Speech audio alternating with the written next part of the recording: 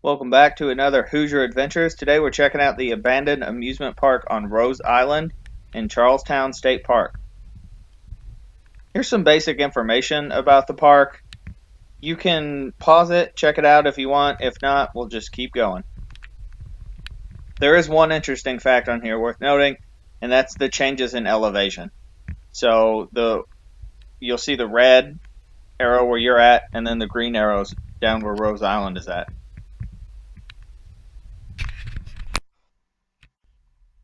Here's the first glimpse of the Ohio River.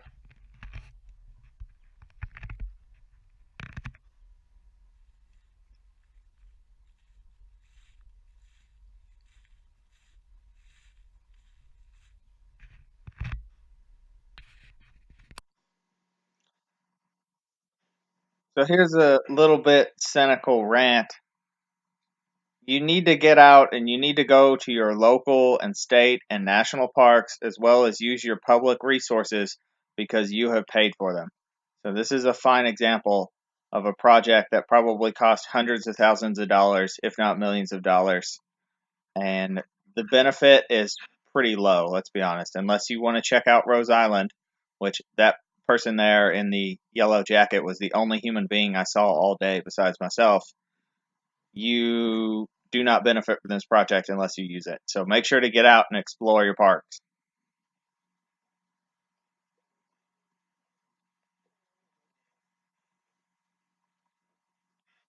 Cool piece of information that I found from one of these boards was about the steamboats that would carry people from Louisville to Rose Island. And one of those steamboats back then was called the Idlewild, but now you would know it better by its current name, the Belle of Louisville, which is probably going to be a future episode of Hoosier Adventures because I've never been on the Belle of Louisville and I've always wanted to do it.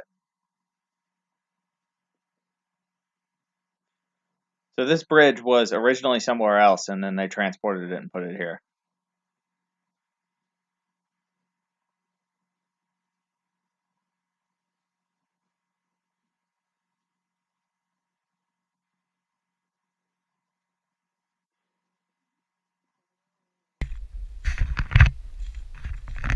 So these arches are called the Rose Walk. At least that's what the engraving at the bottom of the arches say.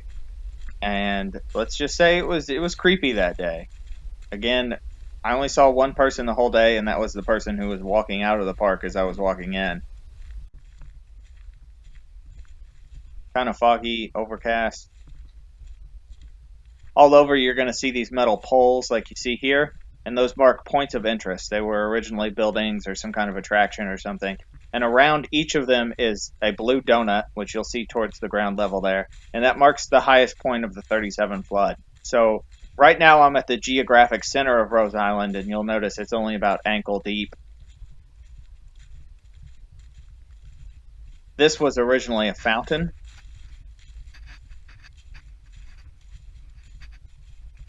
It's almost unrecognizable now.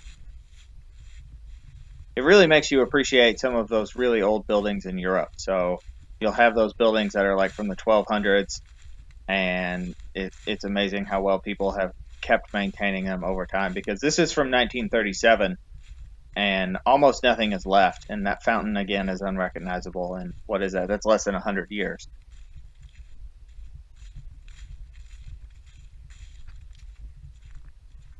Again, the blue donut there is a little bit higher as we approach the river.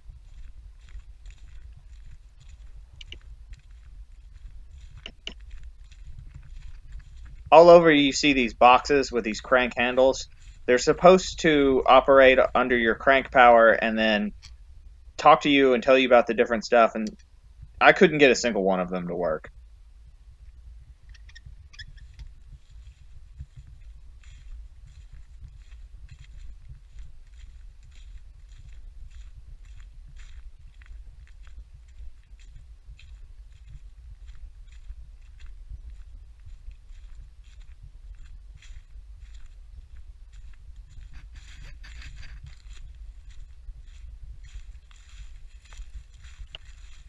Right now I'm coming up on one of Rose Island's most famous abandoned ruins, and that is the swimming pool.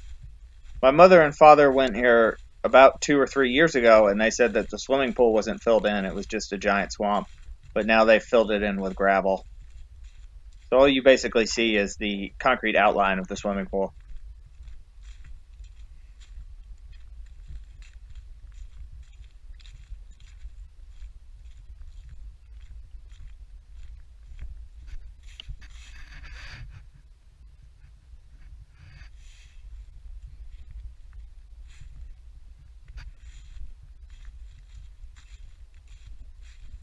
These are some newspaper clippings and information that was published while the park was open or opening or just after it closed.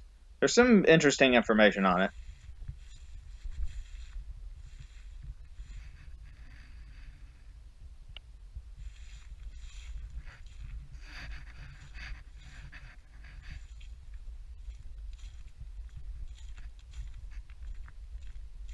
Again, on this upcoming poll, you see the blue donut, which means that the floodwater was just high enough to get into the pool.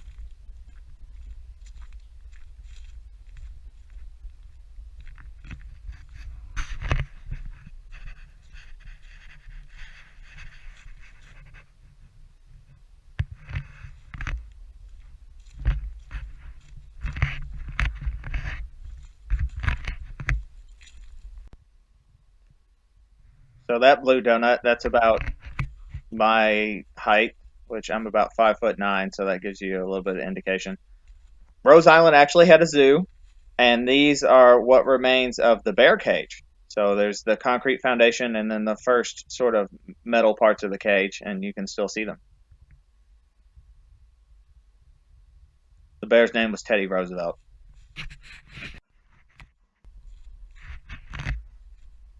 So here I am walking towards the river. You can see the arch of the Rose Walk. This is the other end of the island.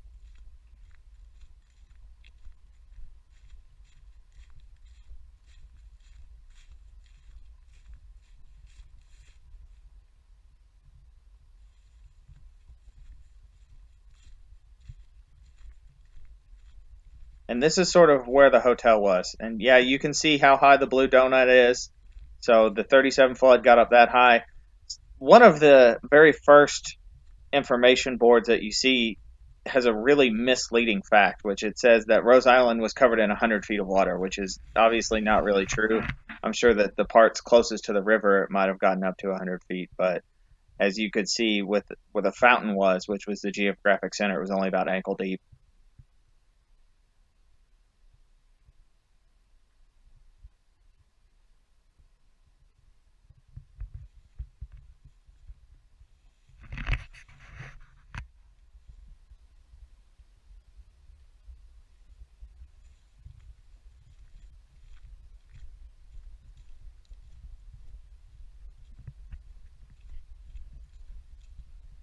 I tell you what, though, I couldn't have picked a creepier day to do this.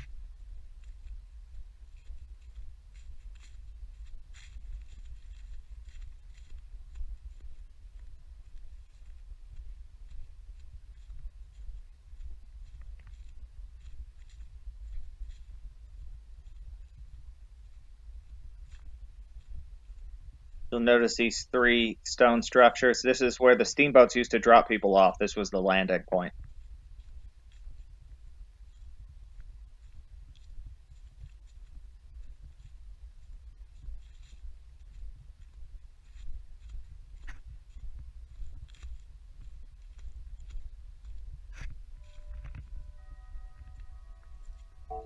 That's the grandfather clock in the background that's going off. Don't worry about that.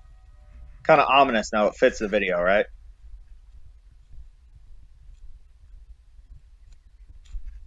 One of the number one pieces of trash that I saw in the Ohio River when I was there that day was actually sports balls, like basketballs, footballs, and soccer balls that have been kicked in the river. And obviously, the Ohio River just scares me to death to even get near. You see how fast that water is moving. I've had people tell me that they've gone swimming in the Ohio, but I've never really seen anyone do it, and you couldn't pay me to do it. It's just too dangerous.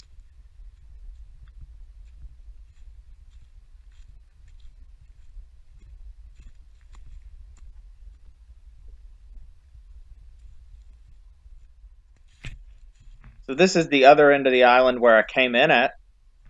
And believe it or not, while I was standing here, you probably can't hear it on camera, but I was hearing a waterfall.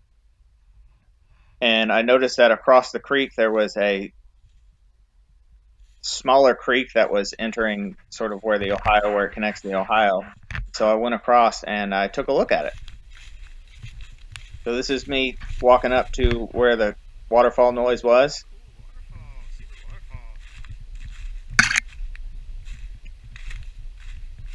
It's not listed on any of the maps or anything like that, so you kind of have to figure out where it's at. I just got lucky and the water was loud enough that day that I could figure out where it was at.